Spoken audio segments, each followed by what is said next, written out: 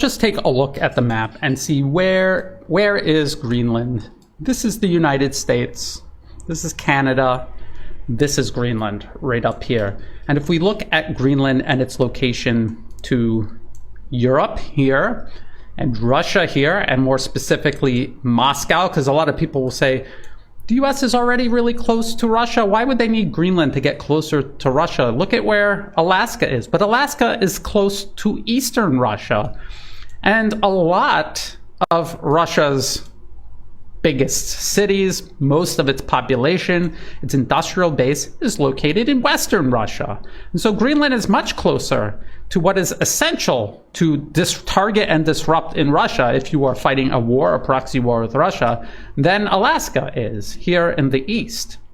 And if you're trying to encircle a country, you want to encircle it everywhere, not just on one end of it, especially a country as big as Russia. Now, here is Ukraine. This is where the US is currently waging war on Russia from, primarily Ukraine.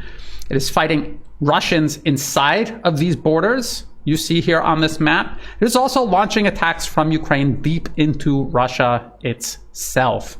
The United States, however, is based in Germany. Commanders, US commanders, are running the entire war from Germany.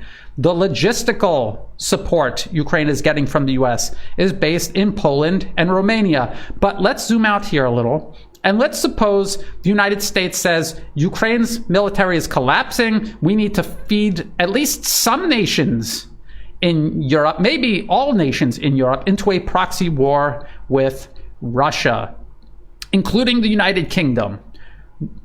We don't want to be anywhere here because it's a proxy war, and if we're in the middle of it and we get involved in it, then it's not a proxy war anymore. So where can we go? Where we're still close to Moscow, our proxies are between us and the country we are targeting, Russia. Where could we go? We could go to Greenland. That's where we could go.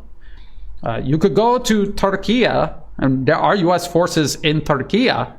But you're right there on the front. The whole point of this is to put proxies between you and the nation you're targeting. And what the United States is trying to do in Greenland, or possibly trying to do in Greenland vis-a-vis Russia, is what it has already done to China. The US has military forces in South Korea and Japan. It even has forces on the Chinese island province of Taiwan itself. There is a growing US military footprint in the Philippines. The US is disrupting stability in Southeast Asia through proxies, including in Myanmar. It has used Cambodia to wage proxy war against Thailand here along the border.